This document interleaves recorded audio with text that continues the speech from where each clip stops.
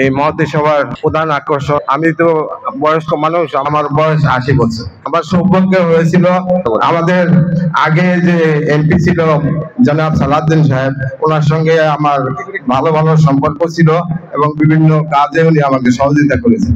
তো আমি এইটুকু বলতে চাই, আমরা সবাই যারা পূর্ববর্তী বক্তা ছিল তারা আমাদের সমস্যা সম্পর্কে রবিন সাহেবের কাছে তুলে ধরেছেন। তো প্রথমত কথা হলো, প্রথমত ওনাকে আমাদের প্রতিনিধি নির্বাচিত করা দরকার, কারণ উনি যদি নির্বাচিত হন তাহলেই একমাত্র ওনার পক্ষে সম্ভব হবে আমাদেরকে সাহায্য করা।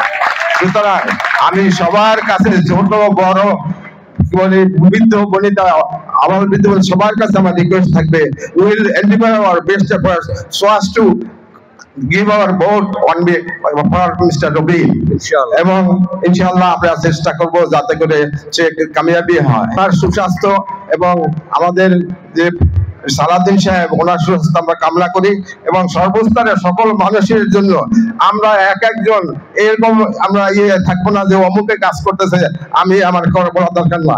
আমি আমার ঘরে, আমার বাইরে, রাস্তাঘাটে যেখানেই যাই, will express hour request to everyone to vote for him. আল্লাহ সবাই মঙ্গল মতো রাখুন, আমরা যেন ভালো থাকি। বাংলাদেশ জিন্দাবাদ।